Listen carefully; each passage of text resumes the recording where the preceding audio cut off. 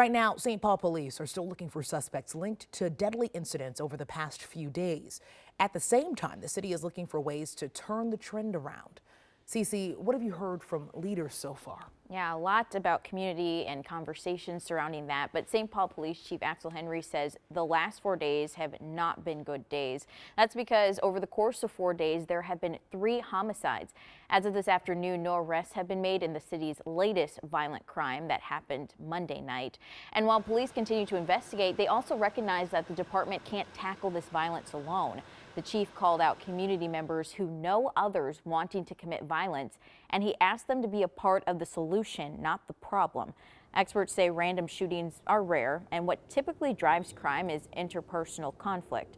Kara Levin spoke with the director of Protect Minnesota, the state's only independent gun violence prevention organization.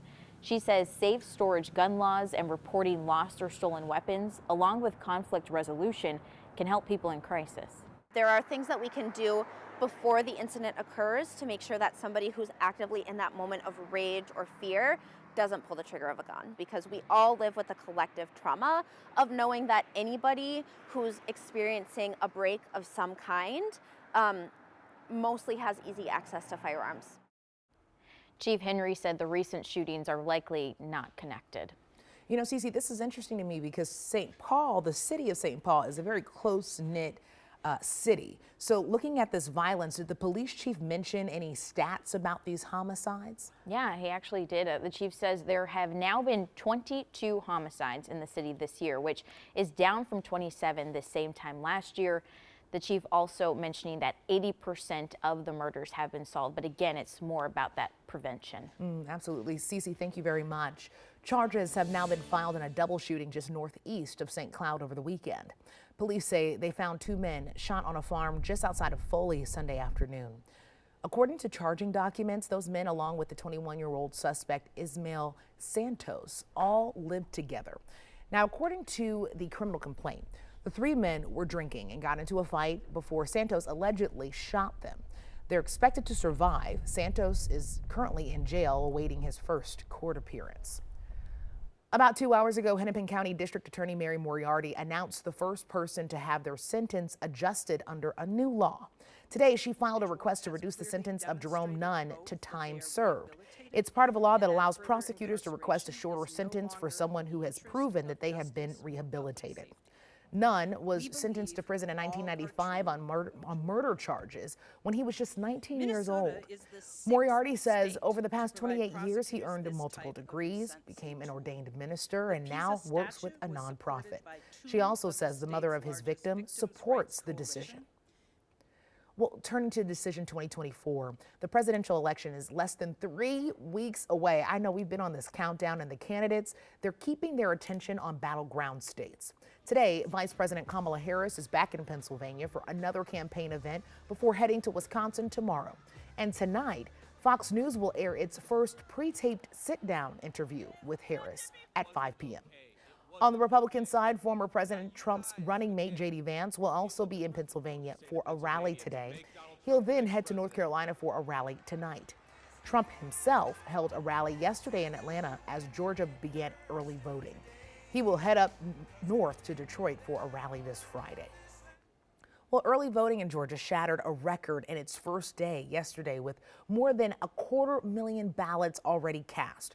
Now, it comes as a judge paused a major ruling on how ballots will be counted there. Sherelle Hubbard brings us the latest.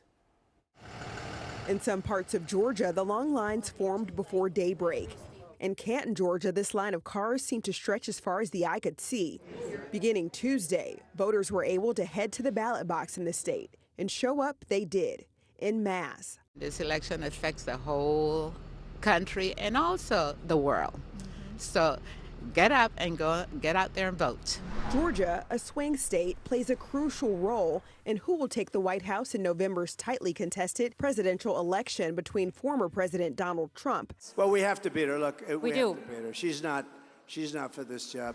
And Vice President Kamala Harris. Donald Trump is increasingly unstable and unhinged.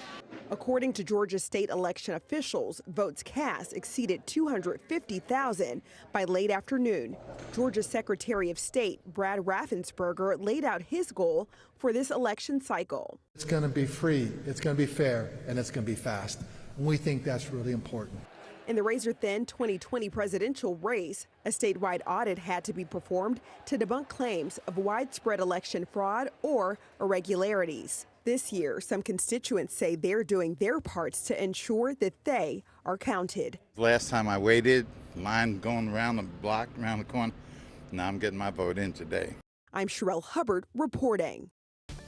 Right now, the U.S. is facing some shortages linked to the impact of Hurricane Helene and Milton. One of those shortages is in IV fluid supply.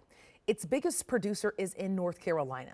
That's led the Biden administration to invoke the Defense Production Act. This all comes as the Small Business Administration's disaster loan program runs out of money. Officials say they've gotten about 49,000 recent applications. When it comes to FEMA, they still have funds, but rumors could be scaring people away. We don't know how many people are not going to apply for FEMA because they have heard misinformation about FEMA taking their property or other wild accusations that are out there. In Florida, officials are working with ports to restore fuel supply. Right now, members of the Minneapolis City Council are responding to Mayor Frye's decision to veto their plan to impose fees on the city's biggest carbon dioxide emitters. The council unanimously passed the measure earlier this month.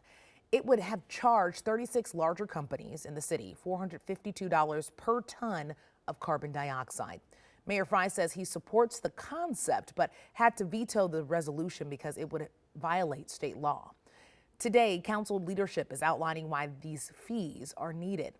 We will have more on how they plan to work through the mayor's concerns later tonight when we know even more. Well, Halloween is just 2 weeks from tomorrow. Can you believe it? And Google just launched its Frightiest trend site to give you a look at what to expect. So take a look. The hottest costume this year is Shrunken Head Bob from Beetlejuice. That's followed by Reagan, the breakdancer from Australia who went viral at the Paris Olympics. I'm sure you remember that. Some other notables are characters from Disney's Inside Out, pop singer Sabrina Carpenter, and the Chipotle burrito, because you know you can get a deal on food when you show up to Chipotle dressed up on Halloween. And here's a look at the top costumes in the Twin Cities Metro. Most of them inspired by kid-friendly characters, with Hello Kitty at #1, then Winnie the Pooh and a Minion. The site also reporting trends in spooky foods, party themes, and decor. The most popular decoration this year is the 12-foot skeleton, followed by a black Halloween tree, and then a ghost.